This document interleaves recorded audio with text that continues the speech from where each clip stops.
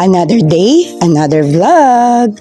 For today's video, mag-e-exercise and at the same time, mag-walking na rin ang inyong Sisi Love. Tara, samahan niyo ako.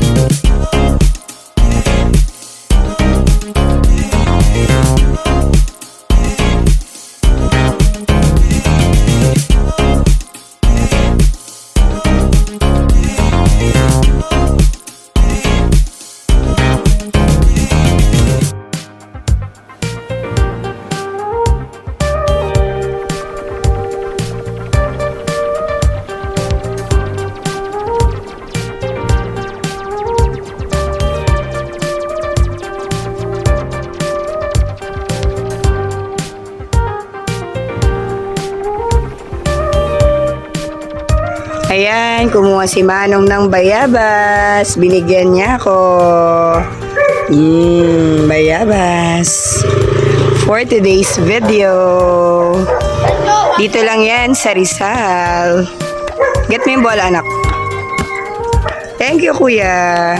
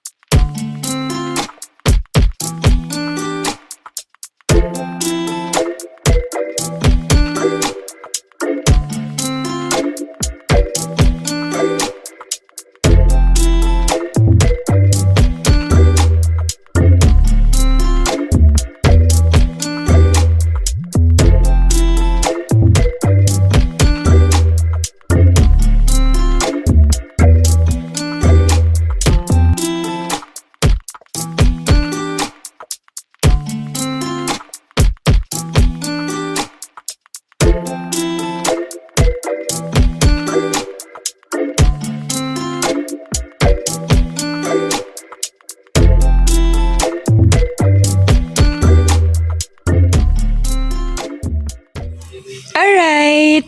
Grabe. Ilang fats ang nawala sa atin. Namawis ako.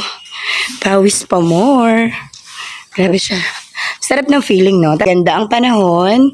Ayan, sinamantala ko na. No, nakapag-walking, nakapag-sports. At the same time, ang pinaka-purpose ko din is nakapag-bonding sa aking mga pamangkin at anak kong bunso. Ayan. So, dito muna tayo. Ang init. Pawis ako. Grabe. Ay.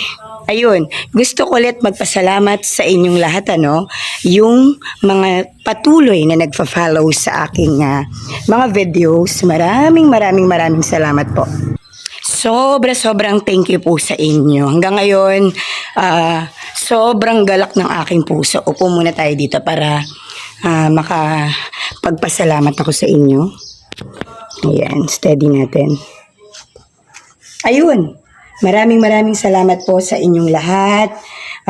Katulad ng sinabi ko, para po ma-reach nyo ang inyong 60k minutes of views, just make sure po na meron kayong tinatawag na consistency, pagmamahal sa inyong ginagawa, at be authentic po ha, be authentic. Ang ibig sabihin po nun, dapat po totoo kayo sa inyong mga sarili.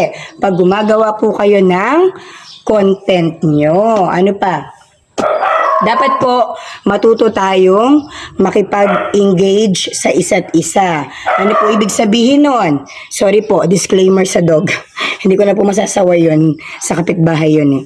No. Dapat po marunong tayong makisama sa mga kapwa nating nagko-content. Para po babalikan nila kayo, para at least alam nila na itong taong to talagang nagmamahal to at dapat to sinusuportahan. So ayun po yung pinaka best way magtulungan at magmahalan, dahil wala naman sinabi si lolo at si lola na ganitong tao lang ang qualified. Walang sinabi kung ilan. Ibig sabihin nun, para po yun sa lahat. So, kung nakaya po namin na mag 60k minutes of views, I'm sure kapatid, kaya mo din. Kaya wag kang mawawala ng pag-asa ha. Go lang ng go. Basta't, lagyan mo lang po, ang pinaka-importante po sa lahat is time management. Wag po puro Reels and Facebook. Dapat po, you have time for your family. Siyempre, unang-una dapat po nagpapasalamat kayo sa Lord, okay?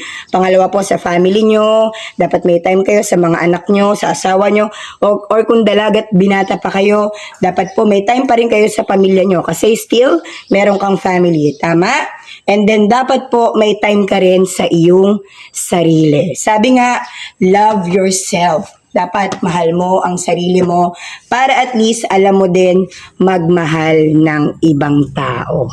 Okay? So always remember, kapatid, kung nakaya nila, kaya mo din. God bless! See you sa aking next video! Follow for more! Don't forget to pray and don't forget to thank God. God bless everyone! Be simple!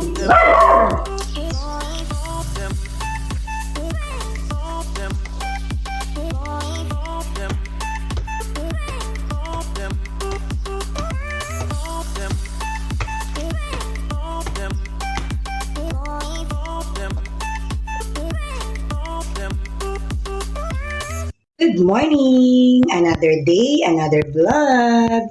For today's video, gusto ko lang pong magpasalamat ulit sa inyo. And see you po sa aking live mamaya. I hope na lahat po kayo ay okay lang at safe. Magluto po muna kayo bago kayo mag-reels at mag-Facebook. Don't forget, you are a blessing to your family. Let's eat! Good morning! Ayan, luto na. Kain na po tayo. Let's eat. Good morning.